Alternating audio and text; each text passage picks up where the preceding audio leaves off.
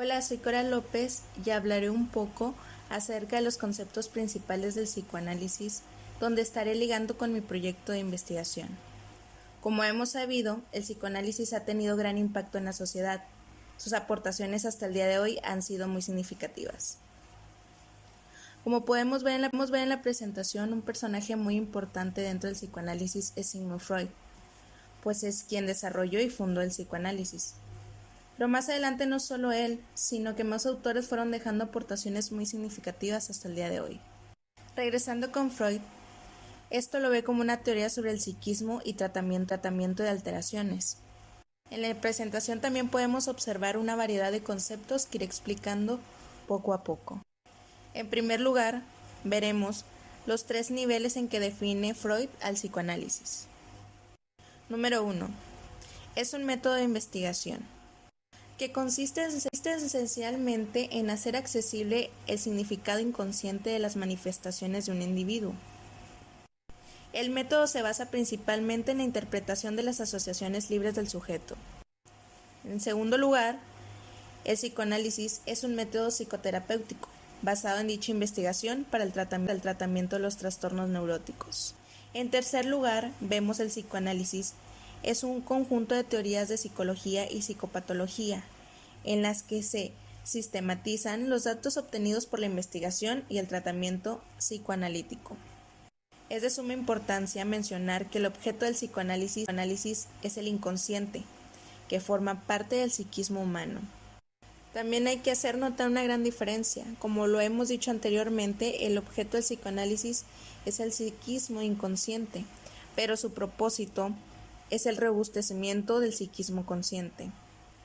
Como podemos ver en la presentación, hablamos de la primera tópica de Freud. Esta está constituida por el consciente, preconsciente e inconsciente. Hay 2 modalidades en la primera tópica, que son los conscientes e inconscientes. Los contenidos conscientes lo conforman los datos inmediatos, obedecen a las leyes de la gramática y están gobernados por el principio de la realidad. Los contenidos inconscientes, el sujeto no está advertido en ellos, e ignoran el espacio y tiempo que están regidos por el principio del placer. Los contenidos inconscientes, el sujeto no está advertido en ellos, ignora espacio y tiempo, y este está regido por el principio del placer.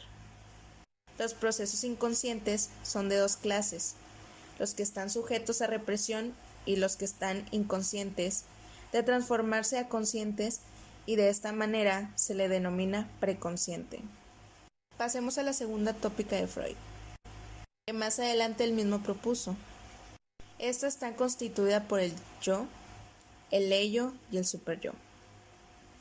El yo vendría a ser identificado, aunque no absolutamente, con el consciente, y en palabras de Freud representaría la razón y el sentido común. Este se gobernaría por el principio de la realidad. El ello, por su parte, correspondería con el inconsciente y estaría gobernado por el principio del placer. Sería el depositario de los instintos. Freud lo describe como desorganizado, emocional, oscuro y difícilmente accesible.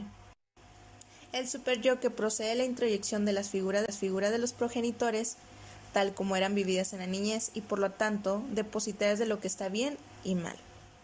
El superyo incluye elementos conscientes e inconscientes, los mandatos e inhibiciones que derivan de él al pertenecer al pasado del individuo, del ello. Freud postula una serie de etapas del desarrollo de la libido que abarca desde el nacimiento a la adolescencia. Estas etapas son oral, anal, fálica y genital, en las que las respectivas zonas erógenas priman en cada caso como una fuente del placer libidinal.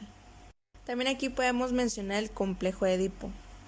En su forma positiva, el complejo de Edipo se presenta como en la historia de Edipo Rey, deseo de muerte del rival, que es el personaje del mismo sexo, y deseo sexual hacia el personaje del sexo opuesto.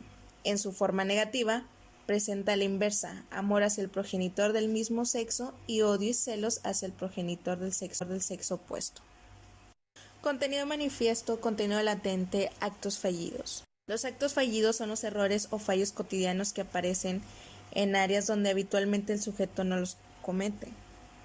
En cuanto a los sueños, esto para Freud comparte la estructura de los síntomas de los neuróticos. Él, al investigar los sueños con una técnica similar a la de la asociación libre, se llega desde su contenido manifiesto, lo que aparentan, y su contenido latente, lo que significan. La condensación y el desplazamiento y también la dramatización y la simbolización son procesos que enmascaran las ideas latentes del sueño. Volviendo al tratamiento psicoanalítico, como se ha dicho, la principal fuente de conceptos para la teoría. En el transcurso de este aparece el fenómeno de la transferencia, considerada por Freud como un elemento fundamental del psicoanálisis. Freud distingue dos tipos de transferencia, la positiva, compuesta de sentimientos de ternura, y la negativa compuesta de sentimientos de hostilidad.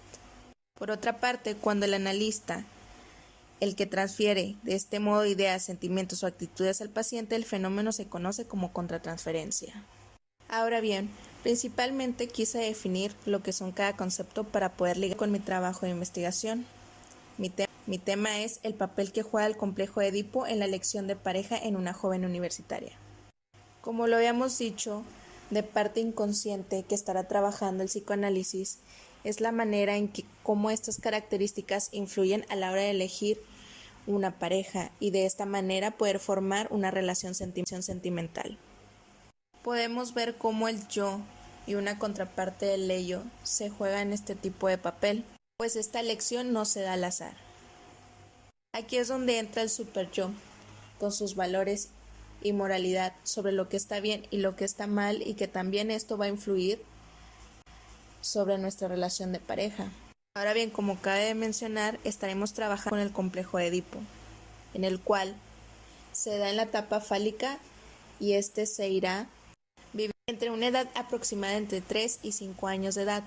De esta manera se irán estableciendo vínculos con los padres que repercutirán en un futuro en la vida adulta del sujeto. En la segunda presentación estaremos hablando sobre Alfred Adler. Él colaboró con Freud, pero debido a unas diferencias lo llevaban a romper esta relación con él. Alfred llegó a desarrollar su propio sistema, que es conocido como psicología individual. El enfoque que Adler sostiene es un enfoque finalista o teleológico, es decir, una organización de lo actual en torno a un objeto futuro. Adler define de la densidad y fortaleza del yo individual frente a la fragilidad del yo freudiano derivado del ello. Aquí también podemos observar un recuadro con diferentes conceptos que iremos mencionando. En primer lugar, hay que señalar su teoría del carácter y estilo de vida. El carácter es para Adler el estilo de vida peculiar de cada individuo y que hace de él un ser único. El carácter o estilo de vida se forman durante los primeros 4 o 5 años de vida a través del intercambio y reciprocidad con los padres y hermanos. El carácter se organiza alrededor de un objeto de vida futuro, conocido o no por el individuo, y para alcanzar ese objetivo el individuo define programas, métodos o proyectos, y esto hace referencia a un plan de vida. Ahora bien, de manera escalonada podemos ver 3 conceptos importantes. Uno de ellos es la atmósfera familiar. Se crea a partir del entramiento de actitudes, relaciones y comportamientos que los padres tienen entre sí. El siguiente es los valores familiares. Dentro de la atmósfera familiar, determinados valores adquieren un significado relevante. El siguiente es la constelación familiar. Este concepto, al que Adler daba mucho valor, tiene que ver con el orden del nacimiento del niño.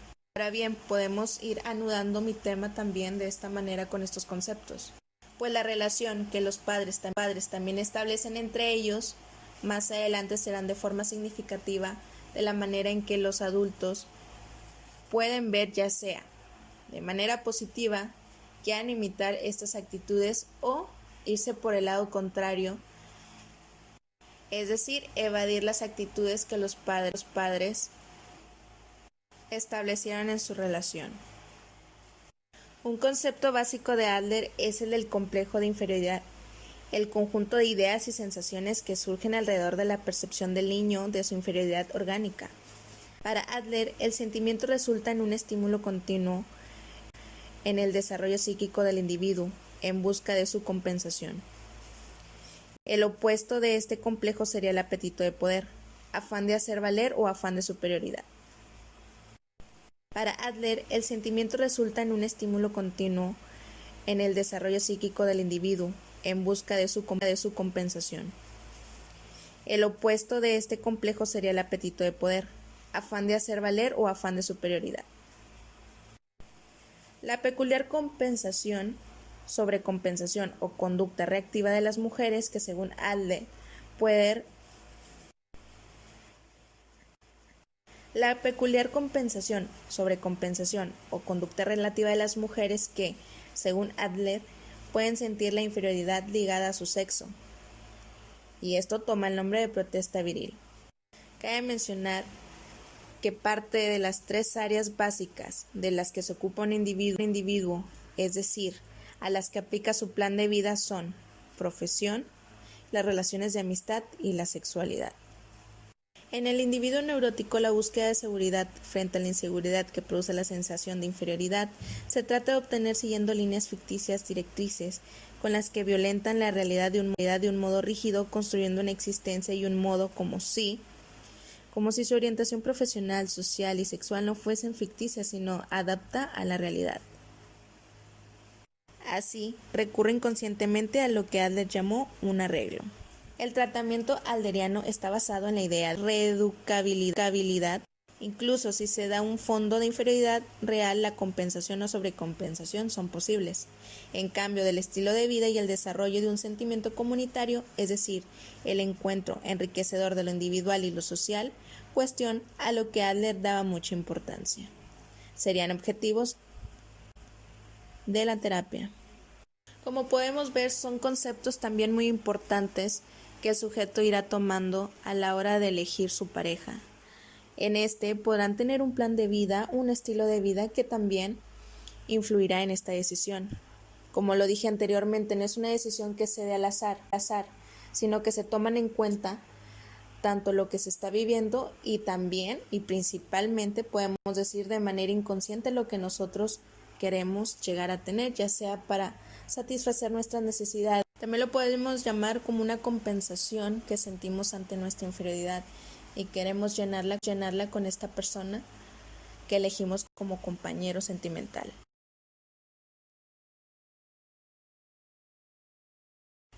Ahora bien, en la presentación podemos ver a Carl Jung. Para Jung, el libido es energía psíquica en general. En contraste con la teoría freudiana de la libido, esta no puede reducirse a mera energía sexual. Junto con Carl podemos ver una variedad de conceptos que están a su alrededor. El concepto inconsciente también toma una nueva dimensión, cuyo impacto excede los ámbitos psicoanalíticos. Este sería un estrato relevante superficial del inconsciente que Jung denomina inconsciente personal. El concepto de inconsciente también toma una nueva dimensión, cuyo impacto excede los ámbitos psicoanalíticos. En la obra de Jung, por un lado, admite contenidos reprimidos de origen infantil, en el sentido descrito por Freud.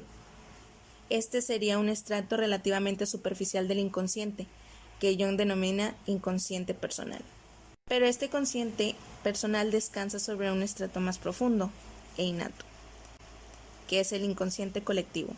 Este inconsciente no es de naturaleza individual, sino universal, es decir, que en contraste con el psique individual tiene contenidos y modos de comportamiento que son los mismos en todas partes y en todos los individuos. Cada uno de los contenidos se presenta con una imagen primordial, es decir, con un carácter arcaico en el sentido de que presenta una clara coincidencia con motivos mitológicos conocidos, que es un arquetipo. Si los contenidos del inconsciente colectivo son los arquetipos, los contenidos del inconsciente personal son los complejos afectivos. Un complejo afectivo es la imagen emocional de una situación psíquica detenida, imagen incompatible con la actitud consciente habitual del sujeto. Para Jung, son el origen de toda perturbación mental y son la verdadera vía regia al inconsciente, y no los sueños, como decía Freud, puesto que esto y los síntomas son producidos por los complejos. La primera aportación de Jung fue precisamente un test de asociaciones verbales que potencialmente indicaban la existencia de complejos. Cabe mencionar que para realizar mi trabajo de investigación se tomarán conceptos básicos que irán ligados por ciertos autores. de esta manera para enriquecer un poco más sobre la explicación del mismo. Podemos ver que el nombre de ciertos conceptos están relacionados directamente al tema. Sin embargo, para muchos autores, aunque hayan utilizado el mismo nombre, no tienen su mismo significado o este va direccionado hacia otro lugar. Por eso mismo hay que reconocer la riqueza que el psicoanálisis tiene. No simplemente es una teoría que podemos utilizar para determinados temas. Aunque de ser así, esto no tiene límites de investigación. Recalco que es el inconsciente quien nos va a llegar a tomar ciertas decisiones que muchas veces tenemos duda como el por qué estamos eligiendo determinada pareja en el caso de mi tema. Son dudas que muchas veces no tenemos la respuesta y pueden resultar confusas para nosotros mismos. Es por eso mismo que se quiere llevar a cabo esta investigación, para ver de dónde provienen estas dichas decisiones que hacemos durante nuestra vida y en este caso, para la elección de pareja. Bueno, por mi parte sería todo. Que tengan una excelente tarde. Gracias.